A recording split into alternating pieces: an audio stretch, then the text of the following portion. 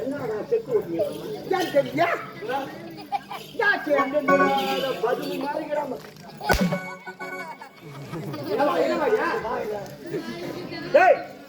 தாய் தந்து பேசு தாய் அங்க கூட தடி பாலா போறது பாலா அவங்கட கொடுங்க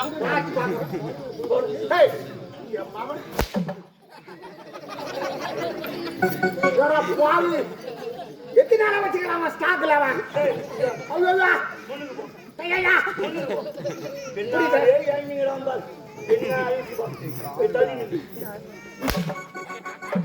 அடிக்கடிக்கு அதிகமா வருது அடிக்காத அடிக்கடிக்கு அதிகமா வருது அடிக்காத கலாயக்காரங்க ஒரு மிஷின் ஒண்ணு வச்சிருப்பாங்க ஜெயின் அமுறாங்கன்னா அந்த காத்து போனா அந்த செடியில தீ பத்தி எடுப்பாரு அது வாயில் வந்து பாரு புச்சு புச்சு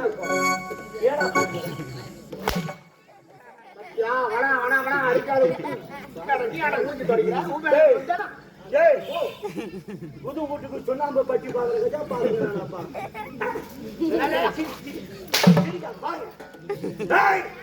இப்போ எங்க சண்டை வந்தா நிக்கணும்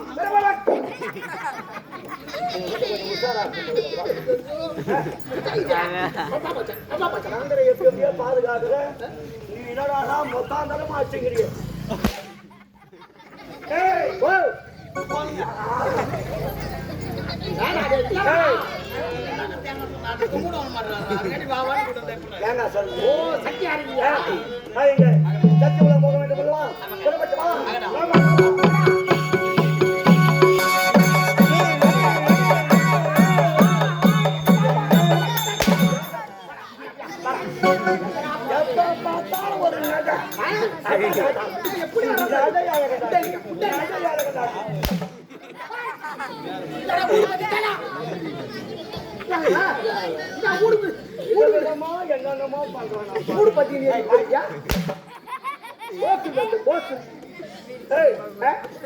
போக செய்யலாம்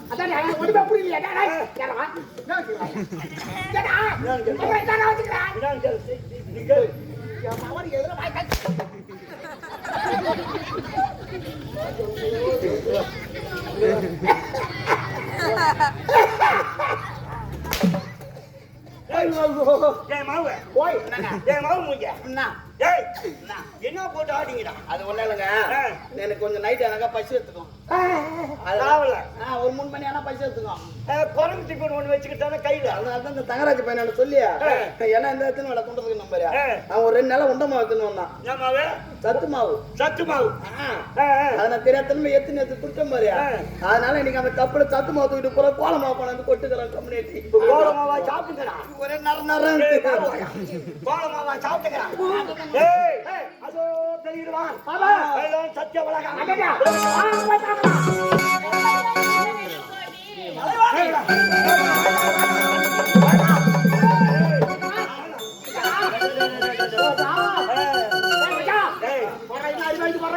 சத்திய உலகம் திறமன் இருக்கா பாரு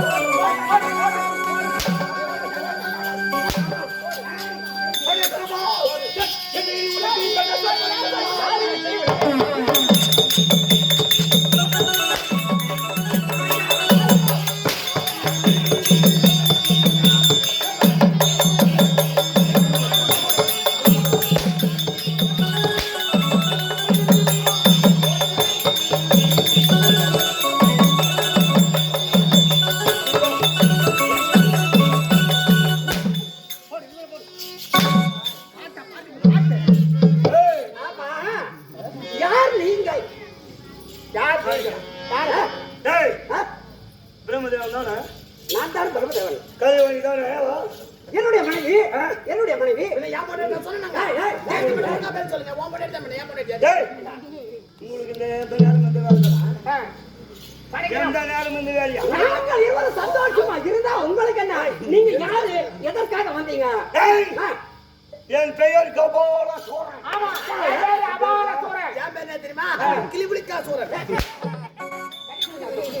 கிளி பிடிக்காத சோரனா? கிளி பிடிக்கா. கபால சூரன். ஆமா, இந்த சத்திய லோகத்திற்கு எதற்காக வந்தீர்கள்? போய் வந்துடுவோம். போய் வந்து போய் தான் வந்துடுமா? நம்ம யாரு காரணம் நம்ம பொறுப்பு தெரியணும். அவன் யாரு? என்னுடைய மனைவி சரஸ்வதி. கலைகளுக்குரியவள். உண்மைதான். உண்மைதான். நாவிலே குடிக்கொண்டு இருப்பவள்.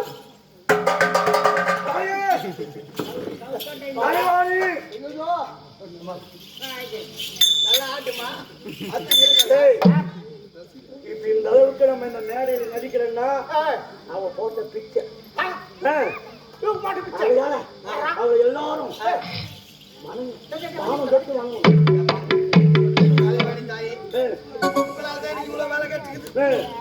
ஆனா எனக்கு வந்தது கூட கொஞ்சம் எக்ஸ்ட்ரா வந்துடக்கூடாதா? அதனால சுத்திக்கிறாரு எப்போ எனக்கு அந்த விலாசம் பாட்டில் எனக்கு அமிச்சிரு, பப்ளாசம் பாட்டில் அவருக்கு அமிச்சிரு, தங்கராஜ் இன்னும் 2 வாரத்தை சேர்த்து கொடு. ஆனா இவனை மட்டும் என்ன குண்டால போட்டு கவுத்துரு. உனக்கு என்ன கேள்ற? நான் தரேன்டா. 10,000 கூட. 10,000மா 16,000மா? 10,000 போதும். சரி தரேன்டா. 16,000 ஒன்னாம் தேதி கொடுத்துட்டேன். கொடுத்துட்டியா? சரி தம்பி ஸ்டடி சொல்லு, போடா. சொல்லுங்க. தாயே, என்ன தாயே, என்ன என்ன நினைக்கிறேன்? இந்த பாமர மக்கள் எல்லாம் உன்னுடைய குழந்தைகள். ஆமாம். அந்த குழந்தைகளுக்கெல்லாம் கல்வி செல்வத்தையும் எங்கள் போன்ற நடிகர்களுக்கெல்லாம் கலை செல்வத்தையும் கொடுக்கிறார். ஆமாம் கொடுக்கிறேன்.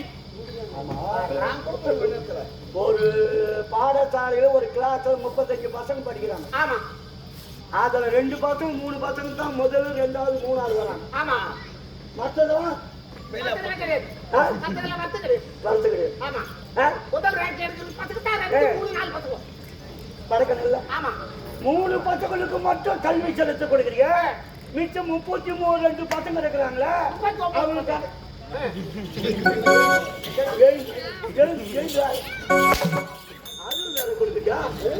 கலை செலுத்த கொடுக்குறேன் இல்ல, கல்வி செலுத்த கொடுக்குறேன் எல்லா பெண்ணுக்கும் கொடுக்கணும் இல்ல.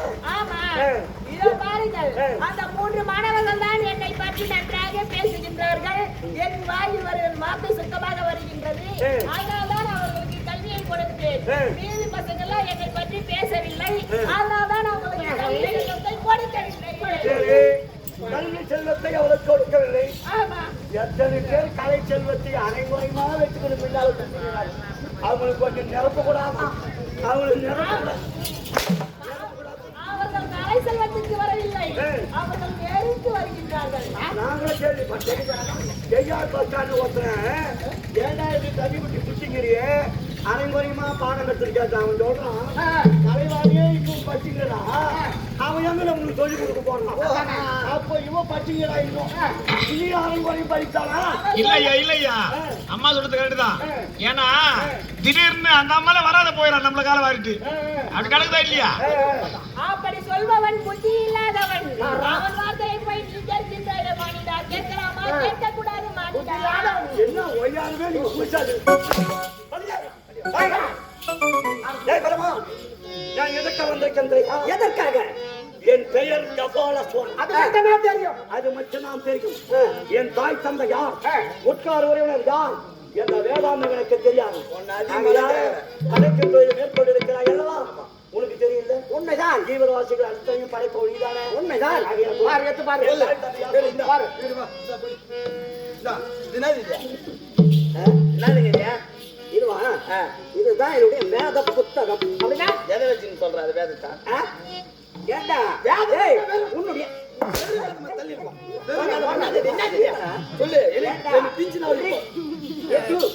ஜாமம் அதர்வனம் சுக்கு மிளகு சீரகமா டேய் ரிக் யஜூர் சாமம் அதர்வனம் ரிக் யஜூர் சாம அதர்வனம் என்று அதான் தெரியல 4 வேதங்கள் இந்த வேதத்தில் உன்னுடைய தலையெழுத்து என்ன உன் பாட்டன் தலையெழுத்தா இருக்கும் இப்போ உன் தலையை தின்னான்னு பார்த்தது அதை பார்த்து சொல்ல பிரமா ஆ.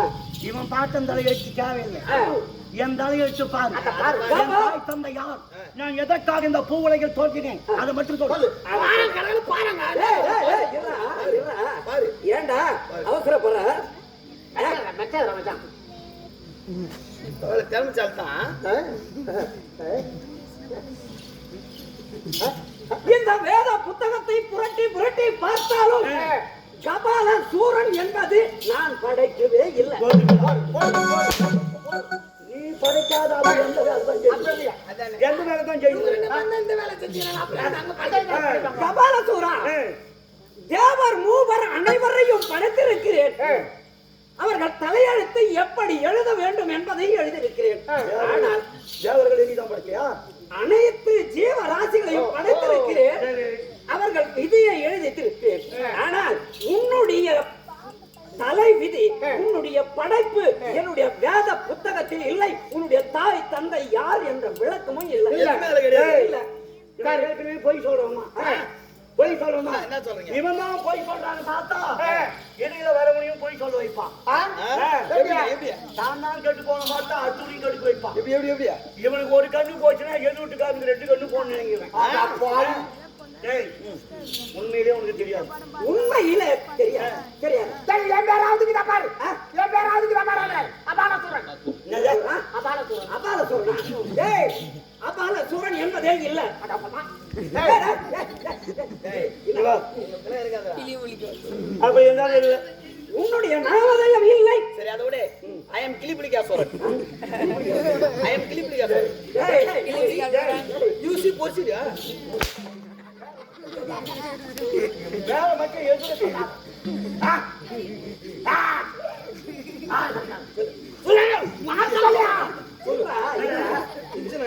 என்னுடைய வேத புத்தகத்தில் கபால சூரன் என்பதை வேறு இல்ல நான் படைக்கவும் இல்லை என்னால பேச்சு தேவை இருக்கப்ப அடிச்சு தூக்கி உலக டேய், இவன் தெரியாது சொல்றவா என் விஷயத்தை மட்டும் கொஞ்சோண்டு சொல்றேன். சொல்லு குசோண்டு என்ன சொல்லு? கொஞ்சோண்டு அது பாஷை அப்படித்தான் வரும் இந்த தபசிக்கு இருக்கிறாங்களே அதாவது எல்லாம் துறந்து ஆஹா தெய்வமே ஆ. இறைவனே ஆஹா. இறைவனே ஞானிகள் ஆமா அந்த ஞானிகளுக்கு எப்படியும் பிற்காலத்தில் நடக்க போவது நடந்தது ஆஹா. நடக்க போவது மும்மூர்த்திகள் என்ன வேலை செய்கிறார்கள் ஆஹா.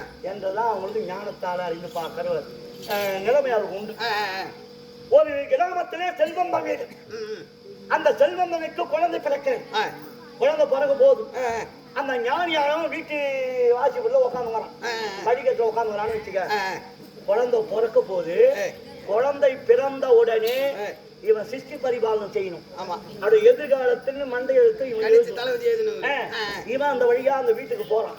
யாரு பிரம்மதேவன் போறான். அந்த ஞானி பாத்துட்டான் ஞானத்தால பிரம்மதேவா இந்த செல்வந்தனுக்கு இப்ப குழந்தை பிறகு போகும். ஆமா அந்த குழந்தைக்கு நீ சிருஷ்டி பரிபாலனம் செய்ய போற எதிர்காலத்தை விளக்கி எழுத போற. ஆமா ஆனா அந்த குழந்தைக்கு என்ன எழுத போற அப்படின்னு கேட்டான். நானி கேக்குறாரு. இவன் என்ன சொன்னா இது எங்களுடைய தேவ ரகசியம் பிறப்பினுடைய ரகசியம் தொழில் ரகசியம் என் தொழில் ரகசியத்தை நீ யாருக்கும் சொல்ல முடியாது போய் வந்தோன்னா சொல்றேன்ட்டான். போனா குழந்தை பிறந்தது குழந்தைக்கு எழுதிட்டான் ஆயுள் பாகத்தை எழுதிட்டான் அப்படி அனுபவத்தை எழுதிட்டான் திரும்பி வரான். அந்த ஞானி கேட்கிறான் பிரம்மதேவா குழந்தை பிறந்தது அவனுக்கு எழுத்து எழுதிட்ட என்னதான் எழுதிடுற அப்படின்னு கேட்டான். இவன் என்ன சொன்னா பெரிய செல்வம் தான் பரம்பரை கணக்கிற சொத்து இருக்குது அவனுக்கு மீண்டும் மீண்டும் மீண்டும் நல்ல வசதியாதான வாழ்க்கை எழுதணும். உண்மைதான். அவனுக்கு போய் இவன் அவனுக்கு குழந்தை பிறந்தது பெண் ஆண் குழந்தை. இந்த ஆண் குழந்தை எதிர்காலத்திலே ஒரு மாட்டால தான் ஜீவனம் பண்ணணும் அப்படி எழுதிக்கிறான். சொல்லிட்டு இவன் போயிட்டான். அந்த ஞானியும் போயிட்டான். அந்த வீட்டு செல்வங்கள் அத்தனையுமே அவனுக்கு குறைந்து விட்டாரு. கடைசியில் ஒரு மாடுதான் நின்னுது. அந்த மாட்டை வச்சு வண்டி ஓட்டி அவன் பிழைப்பு நடத்தி கொண்டு இருக்கான். அப்ப அந்த ஞானி ஒரு 20-25 வருஷம் கொத்து வரான் அந்த வழியா. எப்ப அந்த செல்வம் வீடு ஒத்துந்தது, அந்த வீட்டையே காணாம அது எங்க, அது ஒரு புள்ள பிறந்தது போறவரவ இழுக்காகிறான். அப்போ அதோ அந்த ஓலகட்ட கூட இருக்கான் பாரு. அப்படி நாங்க போனதும், என்னப்பா என்ன ஆச்சு உன் வாழ்க்கை, எங்க செல்வம் குறைஞ்சி போச்சு, இந்த ஒரு மாடு, இந்த மாட்டை வச்சுதான் இதை வண்டி ஓட்டி நான் போய்ச்சுன்னு இருக்கிறேன் அப்படின்னு சொன்னேன். அப்ப அந்த ஞானி என்ன சொன்னா, இந்த மாட்டை ஓட்டி ஒரு சங்கரை வித்துட்டு நீ செலவு பண்ணாத, எத்தாந்து எல்லாருக்கும் அன்னதானம் பண்ணு, எல்லாருக்கும் அன்னதானம் பண்ணணும். சாமி இந்த மாட்டால் தானே நான் பொழைப்பு நடத்துறேன், இந்த மாட்டை விட்டு சொல்றீங்களே, நான் சொல்றேன் ஞானி, நான் சொல்ற மாதிரி செய் அப்படின்னு சொன்னான். உண்மை மாட்டை சந்தையில வித்தான், எட்டான்னா அந்த பணத்தை எல்லோருக்கும் அன்னதானம் பண்ணிட்டான்.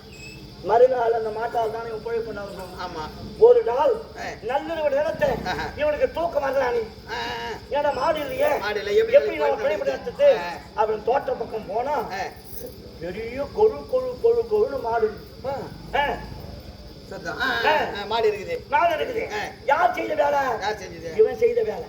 பாப்பா அவன் ஞானி, நம்ம மாட்டால் தான் பொழுப்பு போகணும் தலையில எழுதிட்டோம், மாட்டை கொண்டு போய் வித்துட்டான். ஆகையால அவனுக்கு இப்ப மாடு தேவைப்படுது, ஒரு மாட்டை ஓட்டியான் தோட்டத்தில் கட்டுட்டான். மறுநாள் பார்த்தான் ஞானி, மாடு இருக்குதுன்னு சொன்னான். இந்த மாட்டை ஓட்டி போய் மறுபடியும் வித்துடு, இப்ப எல்லாருக்கும் சாப்பாடு போடு, துணி எடுத்து கொடு, உடை எடுத்து கொடு, எல்லாரும் தர்மம் பண்றாங்க. இப்படியே ஒரு மாடா வித்து தானம் தரம் பண்ணிக்கிறான். அவன் பார்த்தான், வந்தான் ஞானி கிட்ட வந்து, அப்பா ஞானியே, உங்ககிட்ட நான் தவறு நடந்து போச்சு, நான் கொண்டாந்து ஒரு மாடா விடுறேன், ஒரு மாட்டை கொண்டு போய் அவன் வித்துனே இருக்கிறான். நாங்க யார இனிமேல் என்னால மாடு ஓட்டாத விட முடியாது. அப்ப ஞானி சொன்னா, நீ எழுதும் போதே என்ன எழுத போற நான் கேட்டேன்ல, நீ சொல்ல மறுத்துட்டேல்ல, அப்போ மாட்டாலதான் ஜீவனம் சொன்ன, உன் வழிப்பிரகாரம் மாட்டாலதான் நான் ஜீவன் நடத்தினா, ஒரு மாடா விட்டுங்கிறேன், ஒரு மாடா வெட்டாலும் விட்டுக்கிறேன், இதுமேல் உனக்கு நான் வேலை வைக்கிறேன். ஆகையால அவன் செல்வம் எப்படி முன்ன இருந்ததோ அதை போல இருக்குன்னு அவன் தலையெழுத்து மாத்தி எழுதுறான். நான் ஞானி, அதன் பிரகாரம் மாத்தி எழுதுறான்.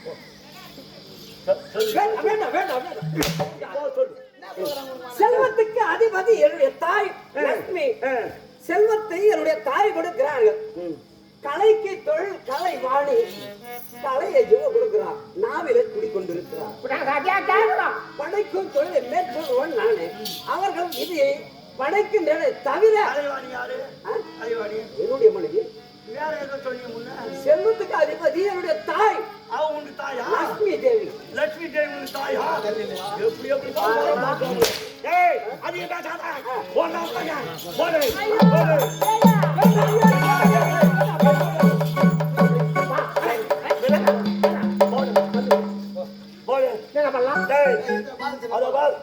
பெரிய பாடி கூட, அந்த பாடி கூட கொண்டு போடு.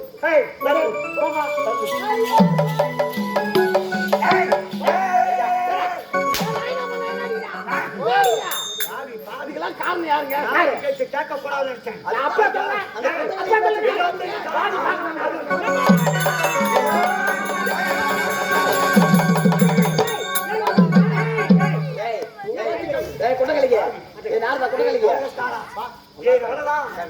ஏன்டா இப்படி பண்றேன்? யார் என்பதை கேட்கிறேன். அங்க போடான்னு சொன்னேன். ஒருவேளை அவளுக்கு தெரிஞ்சிருக்குமோ என்று ரகசியத்தை சொல்லி அனுப்பினேன். தெரியாது, பொண்ணு வந்து பாடி கூட தடைக்கிறேன்.